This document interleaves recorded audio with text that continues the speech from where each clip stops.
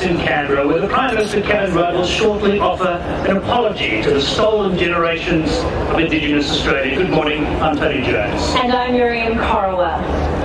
Thousands of Australians have travelled to the national capital from all corners of the country to be a part of this historic occasion. Many here today have been longing for this day, but despaired in recent years that it might never arrive. Kevin Rudd's election promise to deliver an apology as his choice to do so as the first item of business in the new Parliament fulfills a key recommendation made to governments over a decade ago.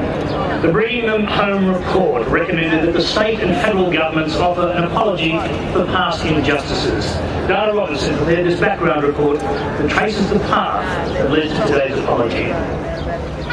It's more than a decade since the Human Rights Commission released its landmark Bringing Them Home report.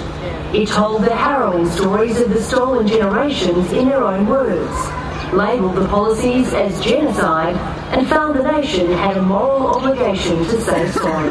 Reparation, which does not consist only of money, it consists of genuine acknowledgement, of apology, of restitution. We can't go forward unless there's an apology. And that's crucial to this. But even before then, the former Prime Minister, Paul Keating, had urged white Australians to take responsibility for black dispossession. We who did the dispossessing. We took the children from their mothers. John Howard disagreed. Australians of this generation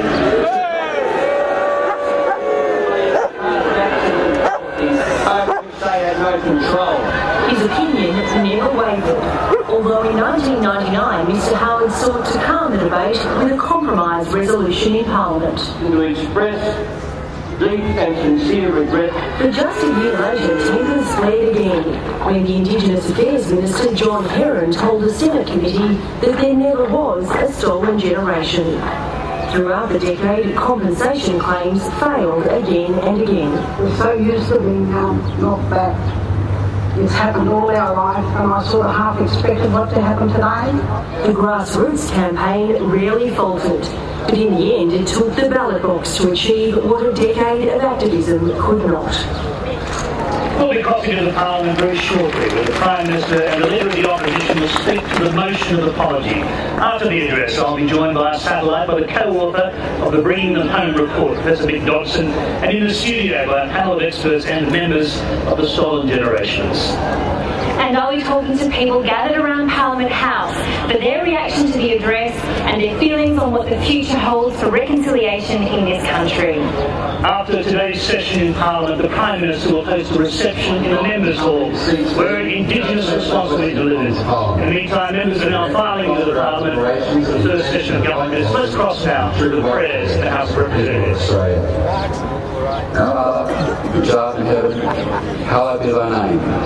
Thy kingdom come, thy will be done, in earth as it is in heaven. Give us this day our daily bread, and forgive us our trespasses, as we forgive them that trespass against us. And lead us not into temptation, but deliver us from evil. For thine is the kingdom, and the power, and the glory, forever and ever. Amen.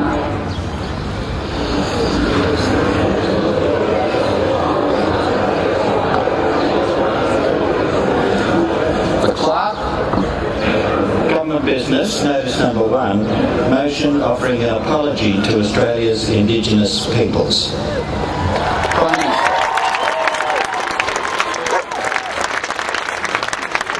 Mr. Speaker, I move that today we honour the Indigenous peoples of this land, the oldest continuing cultures in human history.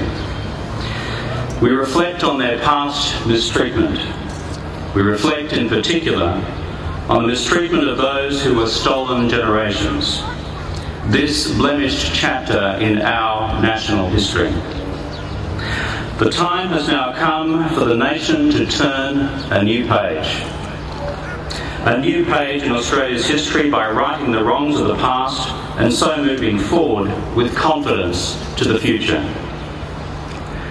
We apologise for the laws and policies of successive parliaments and governments that have inflicted profound grief, suffering and loss on these our fellow Australians.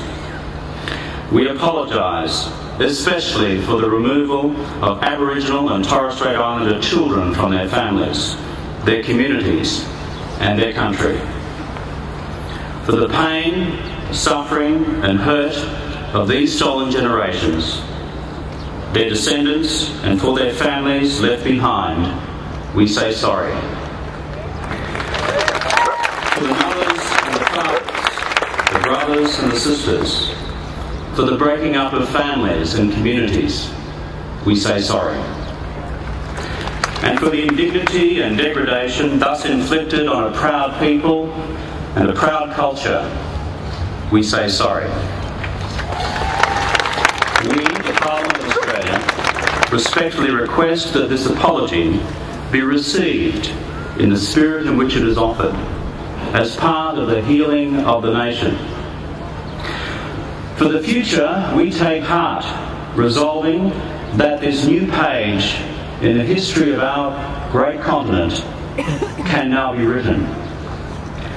We today take this first step by acknowledging the past and laying claim to a future that embraces all Australians.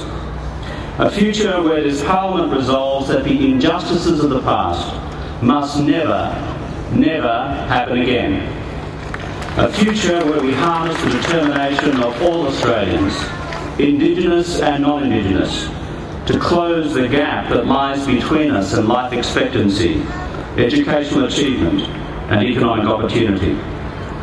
A future where we embrace the possibility of new solutions to enduring problems where old approaches have failed.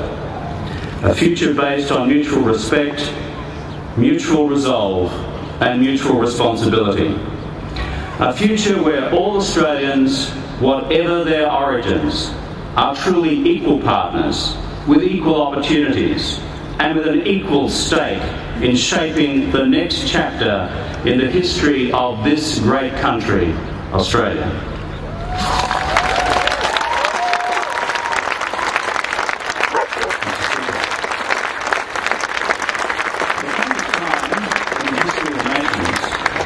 When their peoples must become fully reconciled to their past if they are to go forward with confidence to embrace their future.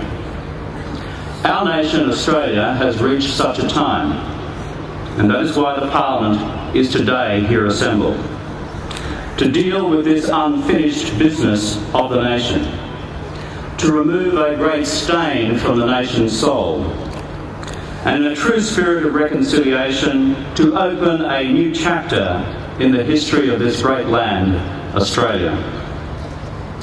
Mr. Speaker, last year I made a commitment to the Australian people that if we form the next government of the Commonwealth, we would in Parliament say sorry to the stolen generations.